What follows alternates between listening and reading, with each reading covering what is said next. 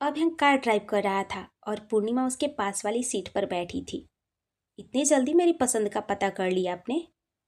अभ्यंक ने कहा तो पूर्णिमा ने प्रश्न सूचक दृष्टि से उसे देखते हुए कहा, जी। खीर, मखाने की खीर मुझे बहुत पसंद है और आज आपने पहली रसोई में वही बनाया, इसलिए पूछा। अभ्यंक ने सामने देखते हुए ड्राइव करते हुए कहा, मुझे नहीं पता था कि आपको मखाने की खीर पसंद है। एक्चुअली वह मुझे भी बहुत पसंद है और जल्दी बनकर तैयार भी हो जाती है, बस इसलिए। इतना कहकर पूर्णिमा चुप हो गई। चलिए, कहीं तो मेरी और आपकी पसंद एक जैसी हुई, अभ्यंक ने मुस्कुराते हुए कहा। उसकी इस बात पर पूर्णिमा भी बस मुस्कुरा कर रह गई।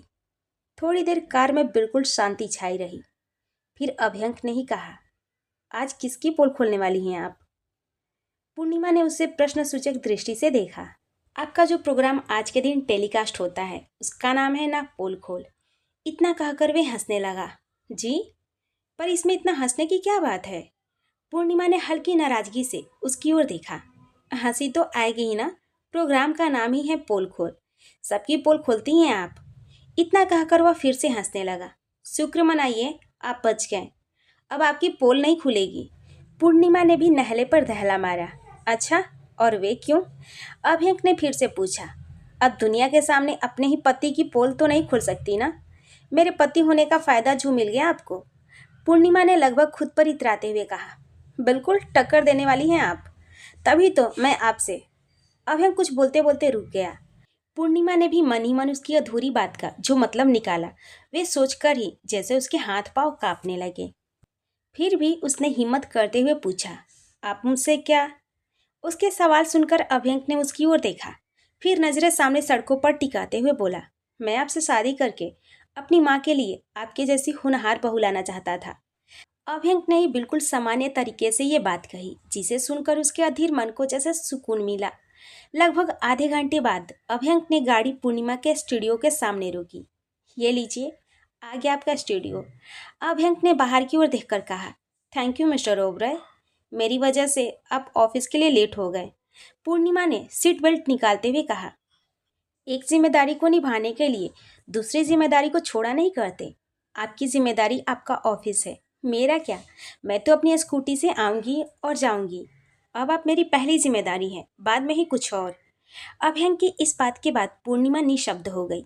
वह कार से बाहर निकलने लगी, पर फिर रुककर अभ्यंक की ओर देखकर कहा, आप शायद भूल रहे हैं मिस्टर ओबराय, हमारी शादी एक डील है और डील में जिम्मेदारियों की बात नहीं होती।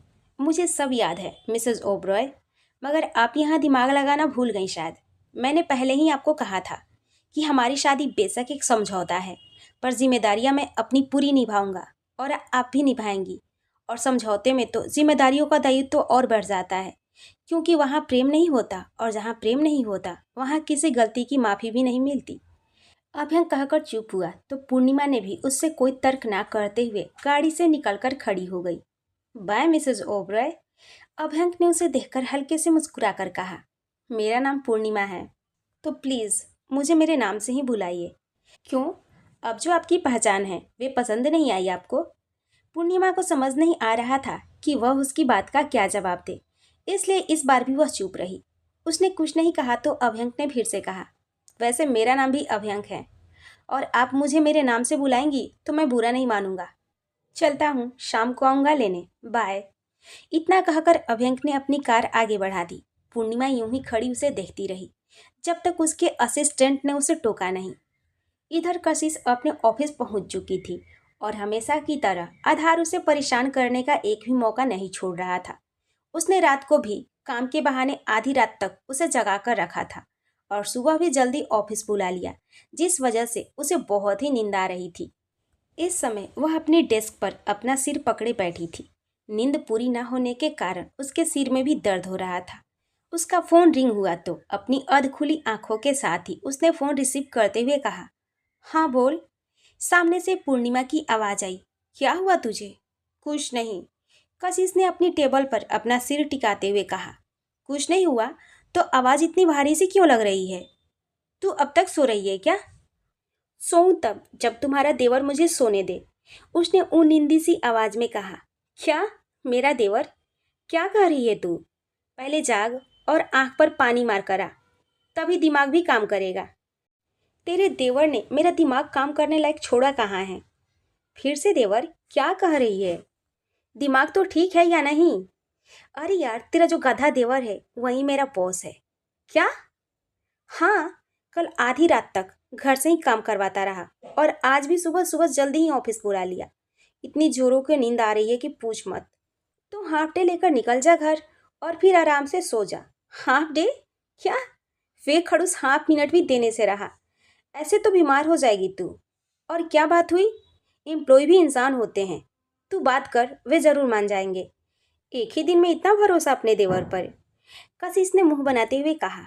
कशिश, अच्छा छोड़ ये सब। ये बता, कॉल क्यों किया अभी? सब ठीक है वहाँ? हाँ, सब ठीक है। कल रात को भी मैंने कॉल किया था तो अक्ष ने कॉल रिसीव किया था, लेकिन सोचा अभी बात कर लूँ तुझसे।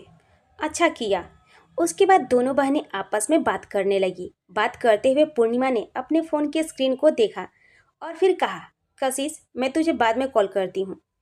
कशिश के ओके कहने के बाद उसने कॉल कट कर दिया और फिर मन ही मन सोचने लगी, ये मिस्टर ओबरॉय मुझे क्यों कॉल कर रहे हैं?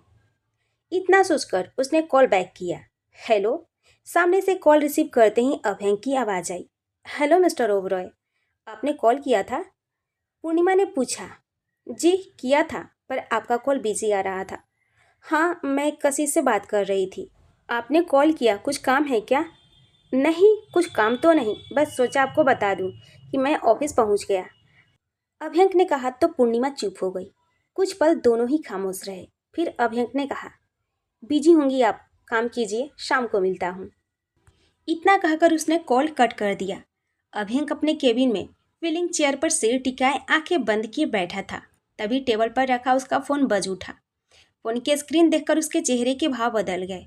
उसने कॉल रिसीव किया तो सामने से किसी ने कुछ कहा, जिसका जवाब देते हुए अभयंक ने कहा, हाँ ठीक है।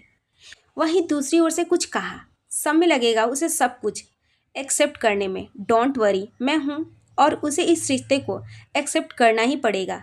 जैसे अब तक उसे कुछ पता नहीं चल पाया, वैसे ही आगे भी नहीं चलेगा। बेफिक्र रहिए। हाँ, ओके। इतना कहकर अभयंक ने कॉल कट कर दिया। यूं ही एक महीना बीत गया। अक्ष पूर्णिमा के पास ही आ गया था। अब वे और दक्षिता दोनों एक साथ ही स्कूल जाते थे।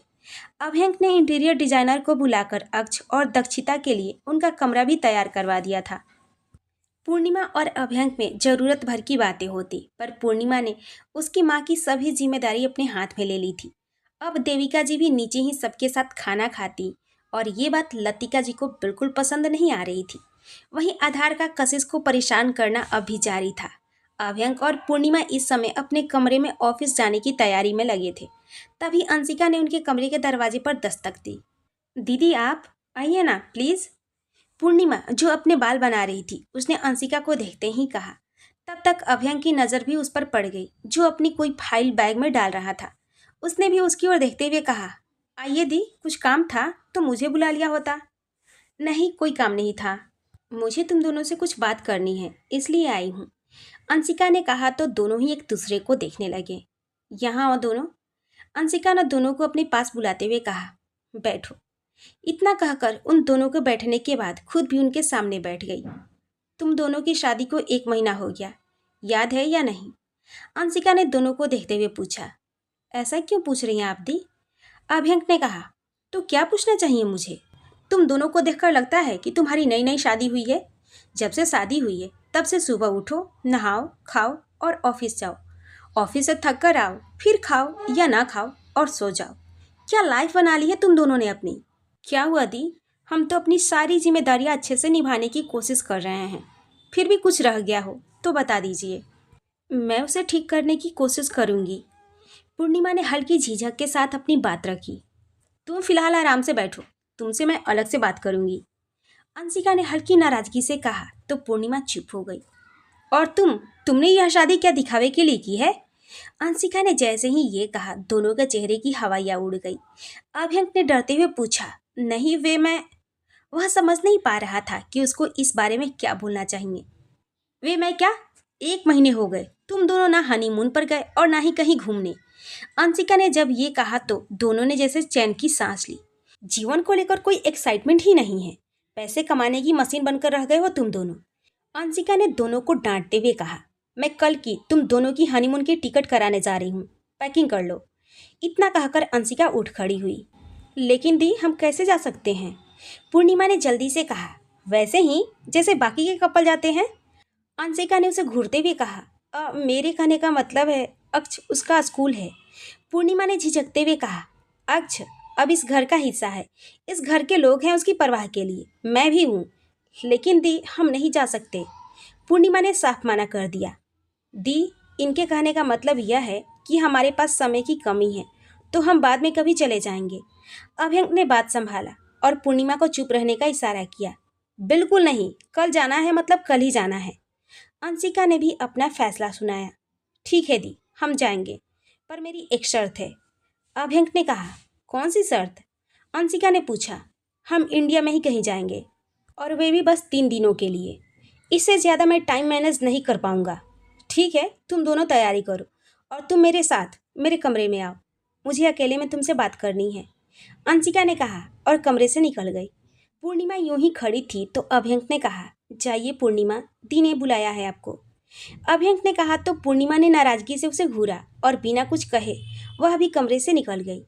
पूर्णिमा अंशिका के कमरे में आई तो अंशिका बेडशीट सही कर रही थी। उसने पूर्णिमा को देखा तो अंदर आने के लिए कहा, आओ बैठो यहाँ। उसे बेड पर बैठने का कहकर खुद भी उसके पास बैठ गई।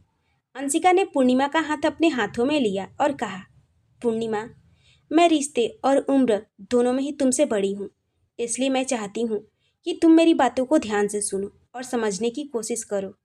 रिश्ता निभाने की जिम्मेदारी किसी एक पर नहीं होती। तुम्हारे और अभी के रिश्ते में भी यह जिम्मेदारी जितनी अभी की है उतनी ही तुम्हारी भी है। जब किसी की शादी होती है तो परिवार में उस नए जोड़े को हर कोई नोटिस करता है, और अगर परिवार के लोगों को उनके रिश्ते में कोई गैप दिखता है तो फिर उनकी जिम्मेदारी हो जाती है उस रिक्ता को पाटने की। मुझे भी दिखता है कि तुम दोनों एक दूसरे को समय नहीं देते। मैं मानती हूँ कि तुम्हारे लिए मुश्किल होगा, पर अपने पास्ट को पीछे छोड़कर आगे बढ़ने का जब फैसला लिया है तो सच में आगे बढ़ो। मैं, बड़ी माँ और घर के सभी लोग तुम दोनों को एक साथ खुश देखना चाहते हैं, और यह तभी होगा जब तुम दोनों एक दूसरे को समय दोगे। हाँ। इतना कहकर अंशिका ने प्यार से पूर्णिमा के गाल पर हाथ रखा। मैं ध्यान रखूंगी, पूर्णिमा ने धीरे से कहा। तुमसे यही उम्मीद है। जाओ अब, अभी वेट कर रहा होगा तुम्हारा, अंशिका ने मुस्कुराते हुए कहा। बदले में पूर्णिमा ने भी मुस्कुराया और वहां से निकल गई। दोनों अपने अपने ऑफिस में अपने केबिन में काम में लगे थे। तभी अभ्यंक का फोन का मैसेज टोन बज उठा। उसने चेक किया तो अंशिका का मैसेज था, जिसमें अगले दिन की फ्लाइट की 2 टिकट बुकिंग कॉन्फर्मेशन थी, शिमला के लिए। ये दीदी भी मानने वालों में से नहीं है। अभ्यंक ने मैसेज को देखते हुए कहा, क्या हुआ सर? वहीं पास में खड़े अभ्यंक के पीए रोहन ने पूछा। मैं कल शाम शिमला के लिए निकल रहा हूँ, 3 दिनों के लिए। आगे का काम तुम मैनेज कर लेना। आप अकेले जा रहे हैं सर? रोहन ने पूछा। हनीमून पर अकेले कौन जाता है? अभ्यंक ने मुस्कुराते हुए कहा तो रोहन भी मुस्कुरा उठा। शाम को घर लौटते समय अभ्यंक ने पूर्णिमा को बता दिया था कि दोनों को कल शाम को शिमला के लिए निकलना होगा। पहले तो पूर्णिमा ने मना किया, लेकिन अभ्यंक ने समझाया तो वे मान गई। अगली सुबह 5 बजे अभ्यंक अपने रोज के काम से फ्री होकर कमरे में आया तो उसी समय पूर्णिमा उसकी चाय लेकर कमरे में आई। पीले रंग के पटियाला सूट में उसके भींगे उलझे बाल उसके कंधों पर बिखरे बिखरे हुए थे। अभ्यंक ने उसे एक नज़र देखा, फिर अपनी नज़रें उस पर से हटा ली।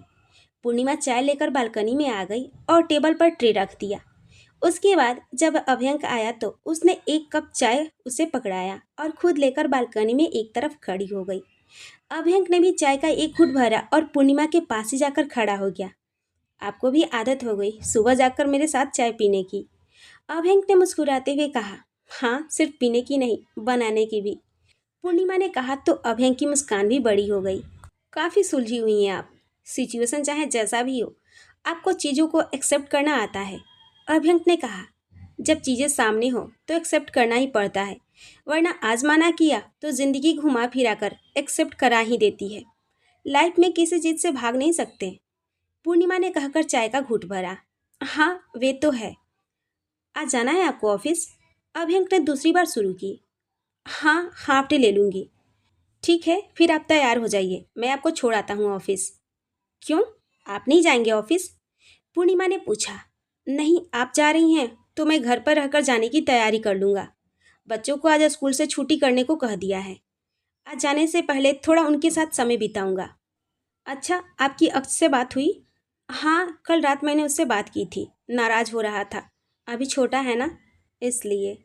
मिस्टर ओबराय, मैं चाहती हूँ कि जब तक हम शिमला से आते हैं तब तक के लिए अक्ष को पापा के पास छोड़ आऊँ। पापा भी उसे बहुत मिस कर रहे हैं, तो उन्हें भी अच्छा लगेगा। और दूसरी बात यह है कि वह पापा और कशिश के पास रहेगा तो मैं भी थोड़ी निश्चिंत रहूँगी। बिल्कुल, ये तो अच्छी बात है। अब उसका भी मन लग जाएगा। ठीक है, तो ऑफिस से आने के बाद मैं उसे छोड़ आऊँगी। आप बेफिक्र रहिए, मैं उसे घुमाने ले जाने वाला हूँ, तो मैं ही उसे ड्रॉप कर दूंगा। ठीक है। इतना कहकर पूर्णिमा ने चाय का खाली कप ट्रे में रखा और वहां से चली गई। दूसरी तरफ आधार के ऑफिस में। ये क्या है मिस सिन्हा? आधार ने कशिश को घूरते हुए पूछा। उसके हाथ में इस समय एक पेपर था। लीव एप्लीकेशन है सर। कशिश ने एक टुक में जवाब दिया। वह मुझे भी दिख रहा है, पर 3 दिनों की छुट्टी क्यों? ऐसा भी क्या काम है? ये मेरा पर्सनल मैटर है सर। नहीं बता सकती? इतना भी क्या पर्सनल है कि आप नहीं बता सकती? कहा ना सर कि पर्सनल है। ठीक है, अगर आप नहीं बता सकती और आपको छुट्टी चाहिए तो मैं भी इस लीव एप्लीकेशन पर साइन नहीं कर सकता। पर ये क्या बात हुई? ऑफिस में छुट्टी के लिए रीज़न बताना ज़रूरी नहीं होता। स्पेसिफिक रीज़न देना ज़रूरी होता है कि किसी भी कंपनी में आप साइन नहीं करेंगे। इस पर कशिश ने हल्की सी उदासी से पूछा। बिल्कुल भी नहीं। आधार ने भी पूरी अकड़ के साथ कहा। ओके फाइन, आपको रीज़न जानना है ना, तो ठीक है सुनिए।